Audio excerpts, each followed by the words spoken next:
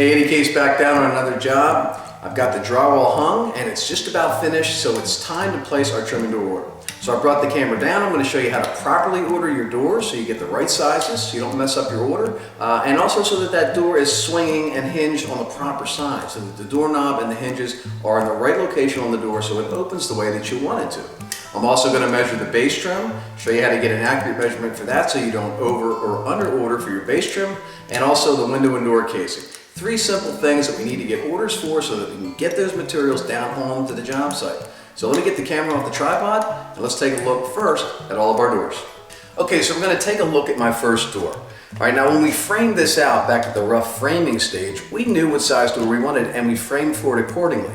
This particular door behind me here measures 32 inches from side to side, but the door itself will only be a 30-inch door that I'm going to order, because remember, when you're framing doors, the door size for the rough opening is always 2 inches larger than the actual door that you're going to order. All right, so we're going to order a 30-inch by standard height door for this opening. Now, this is the part that you have to pay attention to. You're going to order it for either hand or hinge side. Different manufacturers look at doors different ways. Some of them say, what's the hand of the door, which means which side is the doorknob going to be on, the left or the right. All right, if it's a left-handed door, the doorknob position will be on the left, which means it'll be over here. I'll be turning the doorknob and swinging it into the room, all right? Either out or into the room, whichever way I decided I wanted my doors to swing back at the beginning of the job when I designed it. Now I want my door to open up into this wall here, into the room towards this wall. So I'm going to be looking at the door. I'm going to be looking at the hinges on the right side. Okay? The hinges are on the right side. So that way when I turn the doorknob and swing that door into this wall, my hinge positions are going to be on the right side. So this door will be classified as a 30-inch right hinge door. Okay? If you're doing handed door ordering, which some manufacturers want to know which side the doorknob's on, this door would have the doorknob on the left. The hinges would still be on the right, but the doorknob would be on the left, and that manufacturer would ask for a left-handed 30-inch door. Okay, so it really depends. You have to almost ask your manufacturer, if you're ordering them, what they're looking for. Are they looking for the handed side or the hinge side for all of the ordering purposes, all right? So we'll just say we're gonna do handed for the rest of these doors, because that's what most manufacturers want. What side is the doorknob on, all right? So we're gonna go with, it's a left-handed 30-inch door, and that's what I'd order. Let's do another one. Okay, the next door is positioned in front of my furnace. It's a 36-inch wide door. Now, when I measure it, it's going to measure 38, because remember, the rough opening for the framing for these doors is always going to be 2 inches bigger.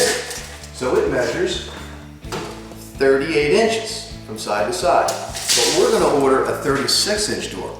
Now we have to figure out which hand side it's going to be for ordering purposes. Now we know it's going to be standard height, but which side is the doorknob going to be on? That's the handed side, all right? I want this door to open from the right side and swing in to the left. The hinges are going to be on my left, the doorknob's going to be on my right. So this will be a 36-inch right-hand door that I'm going to order, all right? If I was ordering it by the hinge side, it would be a 36-inch left hinge door. Just depends on the manufacturer. Let's do one more. Okay, now the door behind me is a 48-inch double door. All right, this is a common door in my basements where I want to have a wider opening. Both sides are hinged, okay? So it doesn't matter. We don't have to order a left or a right hinge or a left or right hand door in this situation, because it's going to have both. It's going to have hinges on the right, it's going to have hinges on the left, and it's going to have a left and a right doorknob, okay? Or dummy knobs, whatever you're going to put on your double doors. I use dummy knobs with the ball catches on top. They just spring up and lock into place when you shut them. All right, so when ordering a double door, whether it's a 48 or a 60, which is a 5-foot door, or a 72, you just order whatever size it is and call it a double door. So in this case, I would simply order a 48-inch double door. Now when ordering your doors, it's generally going to be just a standard bore, which is the doorknob hole location. It's going to be all done at the factory. You'll just have to install the doorknob. You will not have to bore out the doorknob hole and all that stuff. It'll come standard on the door. Okay, so I've just taken my job folder that I have going here for this job. I've had this folder going since the very beginning before we started any work. I've written on here doors. I went through and I listed all of my doors, and I have my door order completed now. And what I'm going to work on next is going to be my base trim order. Now the base trim is really easy to do.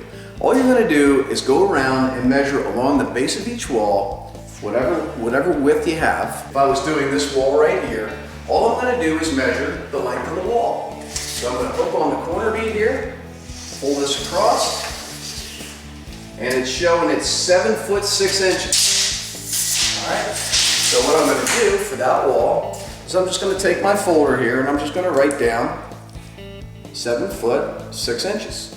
All right, and I'm going to do that to every wall that's down here. And then when I'm done, I'll add up all my individual measurements and I'll arrive at my grand total for linear footage for my base trim. Okay, linear footage is the amount of trim in a straight line that you're going to need to finish the project. Now most trim is going to come in 16 foot, either 14 or 16 foot lengths. 16 is the most popular. Now for me, I just place my order with my building materials supplier and I'll tell them, hey, I need 200 feet of whatever size base trim.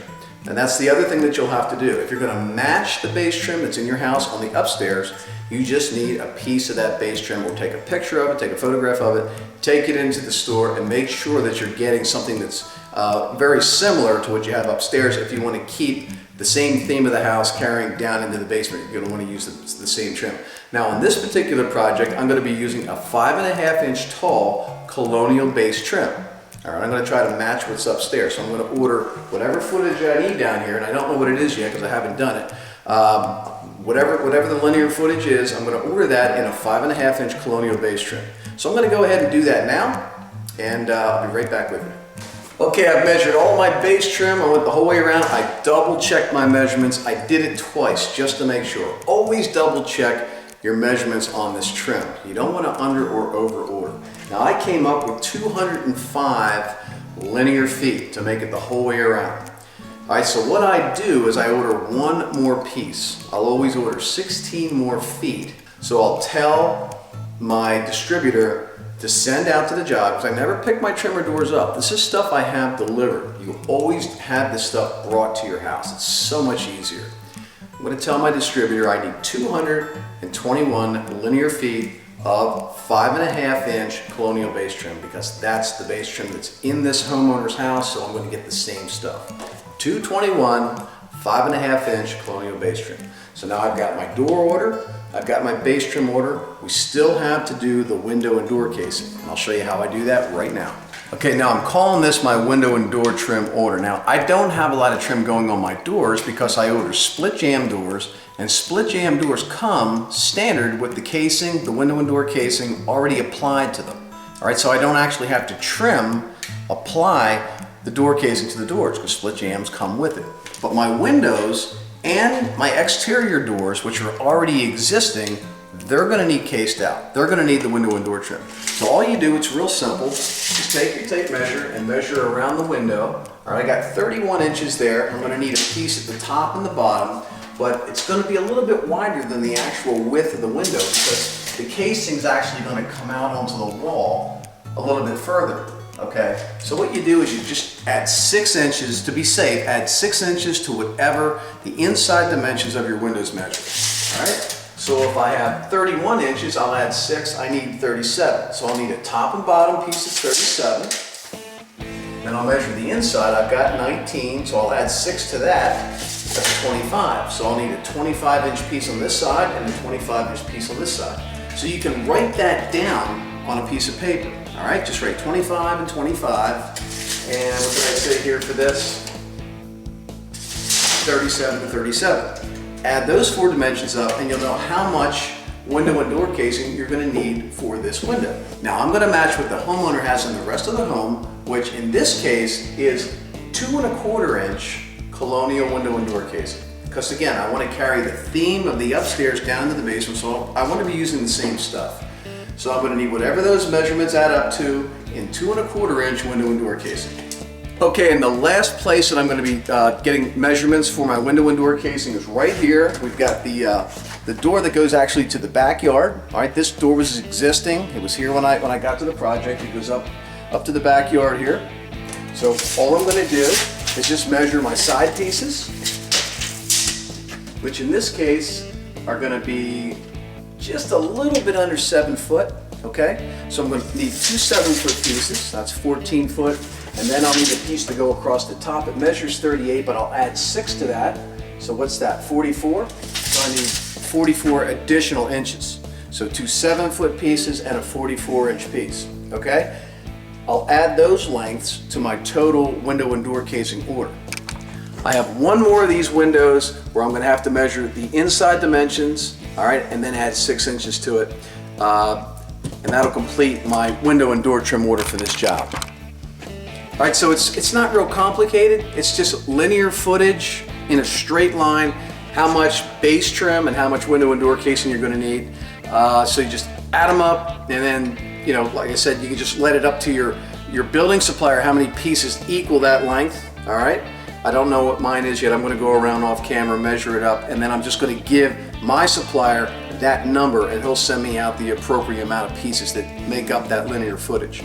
All right, so far we've got our door order, we've got our base trim order, we've got our window and door casing order. The last thing I need is my pine order, my 3/4 inch pine order. On this particular job, I'm going to be using pine for my jambs inside my windows to make my window boxes.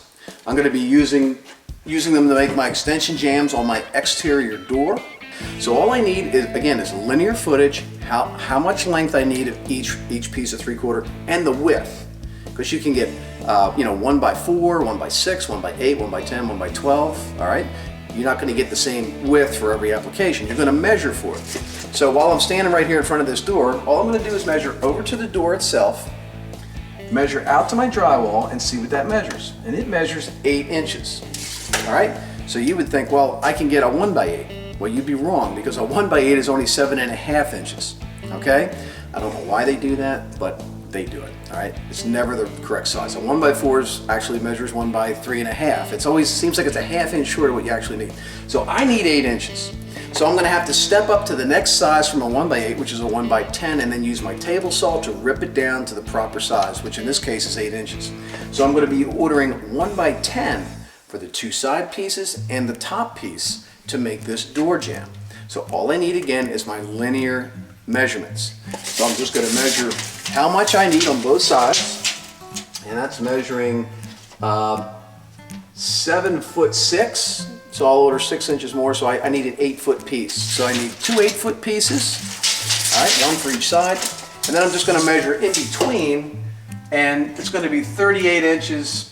I'll add 6 just for good measure. I need a 44-inch piece for the top. All right, so 2 8-foot legs for my jamb and a 44-inch piece across the top. I always order a little bit more, all right, because I know I can always make it shorter. I can't make it any longer. All right, so I always add a little bit to all these measurements. So I need 1x10 for my door. Now the window, it measures 7.5 inches. I'm going to check both sides just to be sure it's sitting in there nice. 7.5 inches. Now I just told you that a 1x8 is 7.5 inches. So I'll need 1x8. I'll have to order 1x8 to make my window jamb.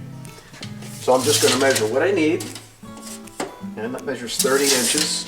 So I'll order 2 36-inch pieces for top and bottom. I added 6, so I need 2 36s. And that measures 20, so I need 2 26-inch pieces for the sides. Now you don't have to go 6 inches. I mean, for these window boxes, you can add an additional 3 inches or so. They just make it standard practice for me to order 6 inches more. So that way, if it's got a bad end on it, I can cut it off. If it's got a knot in it, I might be able to cheat the knot. All right, but I'll add those 4 lengths up, and I'll order that in 1x8. All right, 1x10 for my door, 1x8 for my window. And this last window is a little bit less in depth than the one on the other side, so I'm going to measure it. And it measures from the window out to the drywall 4 inches. You would think I could order a 1x4, but I can't, because 1x4 generally is only 3.5 inches wide. So I'll order the next size up, which is a 1x6, which is 5.5 inches, and then I'll rip it down to the 4 inches. All right, so I'll take my sides, one on each side, whatever the height is. In this case, it's 19, I'll add 6, that's 25. I need 25, 25. I got 31 for the width, I'll go 37. 37 to 37 on the top and bottom. I'll add them up and I'll order that in the 1x6. And that'll take care of all my pine on this job. All right, so now I've got all my my doors ordered. I've got all my base trim measurements. I've got all my window and door casing measurements, and I've got my 3/4 inch pine measurements as well. I'll put all that together in one big order. I'll call it into my building supplier and have it delivered the day after my painting's done. Okay, I'll paint everything first, and then I'll bring all the trim to the job, and I'll start to put the trim package together. So that's all that you have to do for your trim order. It may seem a little overwhelming. It's really simple.